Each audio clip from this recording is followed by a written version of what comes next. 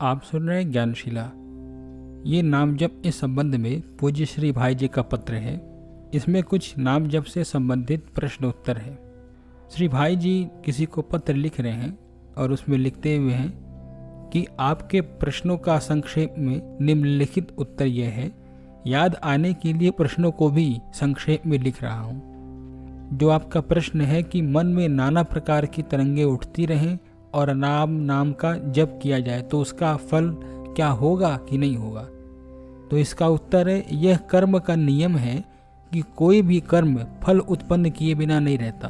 फिर राम नाम तो किसी भांति लिया जाए लाभदायक ही है, इसीलिए फल अवश्य होगा। मन की एकाग्रता के साथ नाम जप हो तब तो कहना ही क्या है। फिर प्रश्न है कि 3.5 करोड़ राम मंत्र के जप से मोक्ष की प्राप्ति होती है, क्या यह ठीक है, यानी क्या यह सच बात है।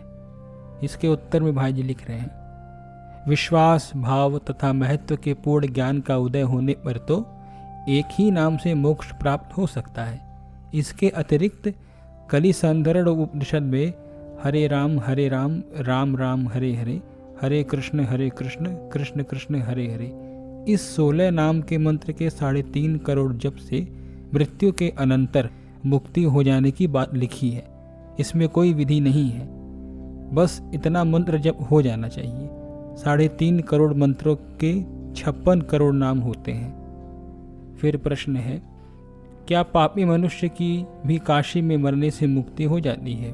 उत्तर में इन भाई जी लिख रहे हैं कि काशी में मरण होने से पुनर्जन्म न होने की बात शास्त्र सिद्ध है और महात्माओं के द्वारा अनुभूत भी है, अतः इस पर विश्वास करना चाहिए। अंतकाल में जिस प्रकार की स्थिति पुनर्जन्म न होने के लिए आवश्यक है, श्री शिव जी महाराज कृपा पूर्वक काशी में मरने वाले की वह स्थिति तारक मंत्र के दान से स्वयं कर देते हैं। पाप बहुत अधिक होने की स्थिति में एक नियमित अवधि तक वह जीव सूक्ष्म शरीर से भैरवी यातना का भोग करके अंत में मुक्त हो जाता है। पुनर्जन्म किसी का नहीं होता, जिसके पाप बहुत कम होते हैं वही तत्काल मुक्त हो जाता है। मैं तो इस पर विश्वास करता हूँ, अविश्वास का कोई कारण भी नहीं है। भगवान श्री शंकर के प्रभाव से काशी का यह स्थान महात्म्य है। फिर प्रश्न है कि जीवन में निरंतर भजन करने वाला अंत में मति खराब हो जाने से नीचे गिर जाता है और उसका भजन व्यर्थ चला जाता है, तथा हमेशा पाप करने वाला अंत समय में शुद्ध बुद्धि के होने के कारण मोक्ष को प्राप्त हो जाता है। इसमें क्या रहस्य है।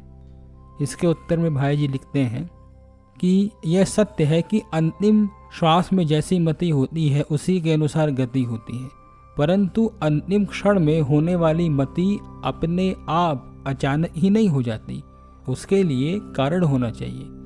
वह कारण है जीवन भर किए हुए अच्छे बुरे अपने कर्म।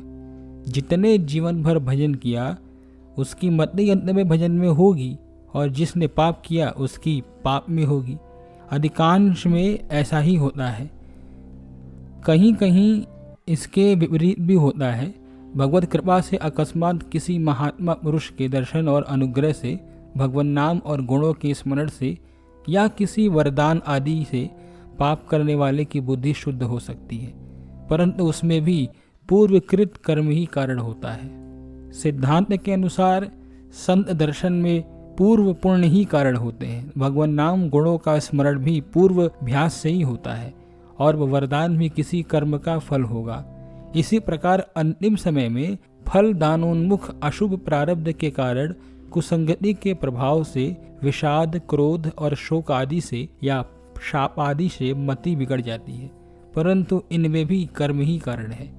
अतएव वर्तमान में सदा शुभ कर्म करने चाहिए और वे भी भगवान का चिंतन करते हुए। फिर मति बिगड़ने का कोई डर नहीं है। भगवान गीता के 8वें अध्याय के 7वें श्लोक में कहते हैं, अंतकाल में जैसी मति होती है वैसी ही गति होती है, और अंतकाल में प्रायः वैसी ही मति होती है जैसे कर्म मन से जीवन भर आते हैं। इसीलिए अर्जुन, तुम समय समय पर निरंतर मेरा स्मरण करो और युद्ध भी करो। इस प्रकार मन बुद्धि मुझ में अर्पण हो जाने से अंत में तुम निसंदेह मुझको ही प्राप्त होगे। मृत्यु जब भी आवेगी तभी तुम उसे मेरा स्मरण करते हुए पाओगे। स्मरण का अभ्यास करना चाहिए। मतलब फिर एक प्रश्न है कि गीता में भगवान ने कहा है सब कुछ मुझसे ही होता है और सब जगह मैं ही हूँ, फिर मनुष्य दोष का भागी क्यों होता है? अच्छा बुरा कर्म तो भगवान पर ही निर्भर ठहरा, तो फिर हमें दोष क्यों लगता है?